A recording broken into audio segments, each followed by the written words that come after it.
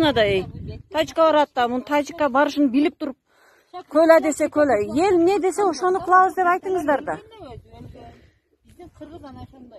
Эми айтыңыз, ким приказ берди? Коюм атып, азыр келет ашышпайт. Мына ушу кишилер көлө атыптыр мынаке.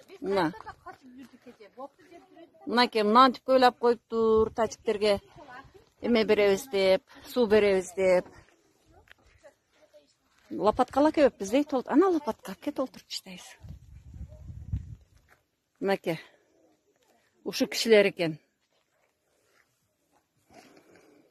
Солай, сол топшқа келгенің біле. Не бұл, не еске деген бар, мен жаман кетіп Я, ана біз сол топшқа алдым. Не сол топшқа алдым, не керек, не тартыңдар.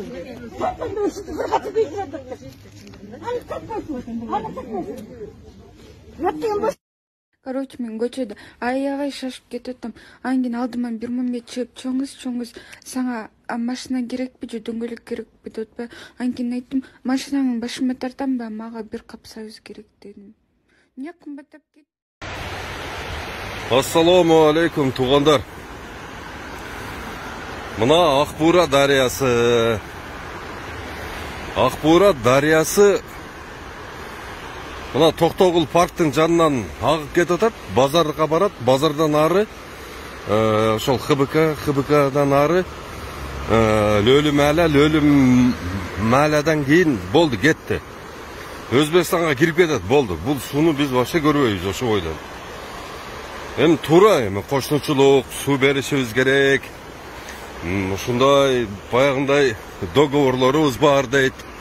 Аны муну бирок чындыгында келгенде биз өзүбүз сууга зарыкпашыбыз керек да.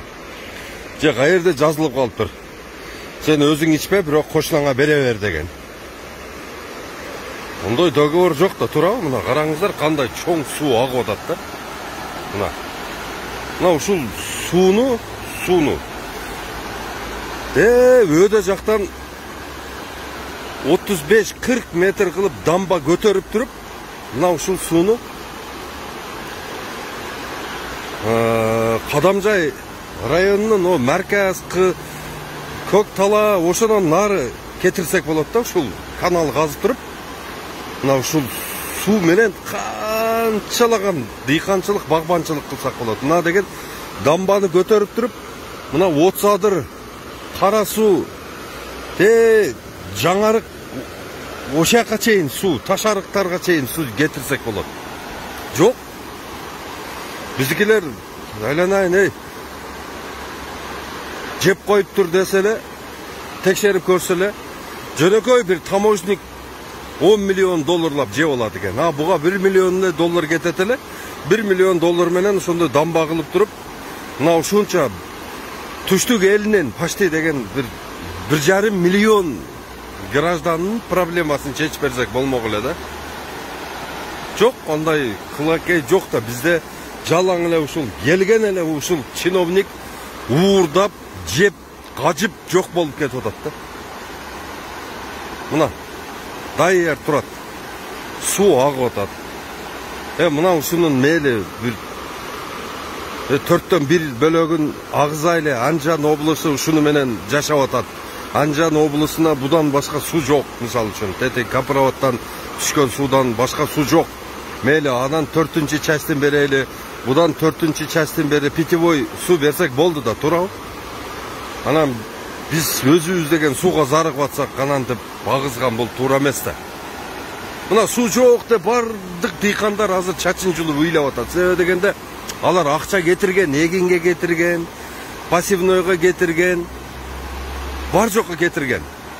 Урукка кетирген, көчөткө кетирген. Конечно, алар деген жөнүндө жаны чыгып атат да, күйгөнчөлүк бар да анан кийин. Ошончо расход кылып алып күйүп кеткиси келбейт эч ким.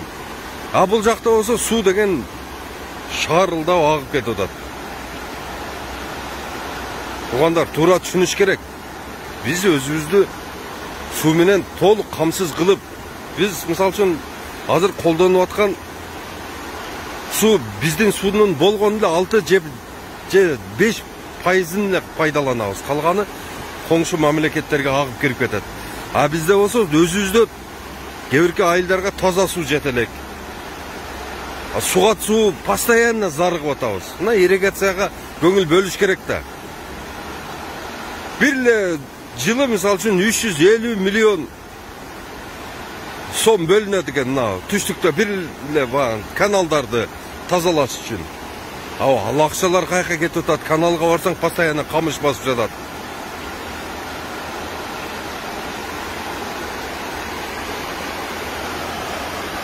Тендерсиктер, мына тугандар, суу мына агып атат. А биздин дыйкандарыбыз суу сап жатат.